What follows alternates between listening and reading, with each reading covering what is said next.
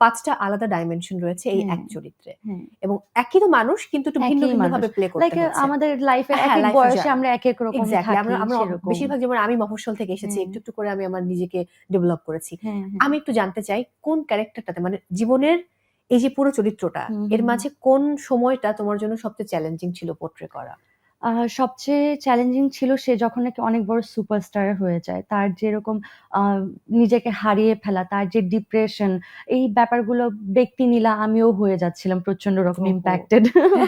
তার ডিপ্রেশন গুলা, তার ইনার জার্নি, তার মাথায় কি, কি চলে না চলে সেগুলো ভাবতে, ভাবতে আমিও অনেক বেশি ডিপ্রেসড হয়ে যাচ্ছিলাম যে আমি আমার সাথে কানেক্ট করছিলাম অনেক কিছু। ওহো!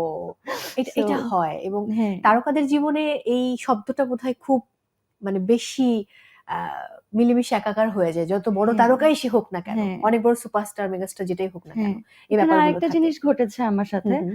যে, আমাদের সিনেমায় একটা গান আছে 'অতে অন্তর হুম, আতে আল্লাহ।' হ্যাঁ। সেই গানের মধ্যে দেখা যায় আমি হচ্ছে রকস্টার, স্টেজে গান করছি।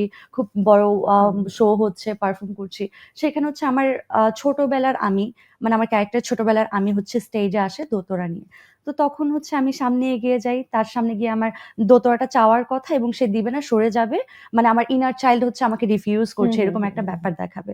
এবং হচ্ছে ওই সময় আমি আর অ্যাক্টিং করছিলাম না, জানো? আমি হচ্ছে গিয়ে কান্না শুরু করে দিয়েছিলাম। ওহ আমার মনে মাই হচ্ছিল যে গড! আমার ছোটবেলার নীলা আমার সামনে আসছে এবং বড় হতে, হতে আমি অনেক পরিবর্তন হয়ে গেছি। আমার ছোটবেলার সেই ইনার চাইল্ডকে আমি হারিয়ে ফেলেছি। আহা! এরকম একটা ব্যাপার ছিল। এখন আমি যখন এই গানটা দেখি আমার একটা গুজ বাম্প হয়। খুব স্বাভাবিক, খুব স্বাভাবিক। আসলেই কি ব্যক্তি নীলা সে ছোটবেলার যে নীলা, হুম, যখন তিনি লাক্স চ্যানেলে সুপারস্টার হননি, হ্যাঁ, সেই নীলা আর এই নীলার মধ্যে সবচেয়ে বড় পার্থক্যটা কি? তারকা তো হয়েছে, এটা সবচেয়ে বড় পার্থক্য হুম, বলা হুম, যায়। হুম। বাট এর বাইরে ব্যক্তি মানুষ হিসেবে পার্থক্যটা কি হয়েছে? আম আগে অনেক ইনোসেন্ট ছিলাম। অনেক কিছু যেমন ভালো লাগে করতাম। কে কি ভাববে এত কিছু চিন্তা করতাম না। ছোট ছিলাম।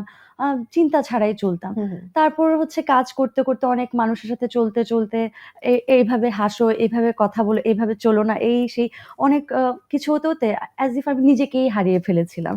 তো এই মুভি করতে, করতে অ্যাজ ইফ হচ্ছে আমি আবার নিজেকে খুঁজে পেয়েছি। বাহ! এরকম একটা ব্যাপার ঘটেছে আমার সাথে।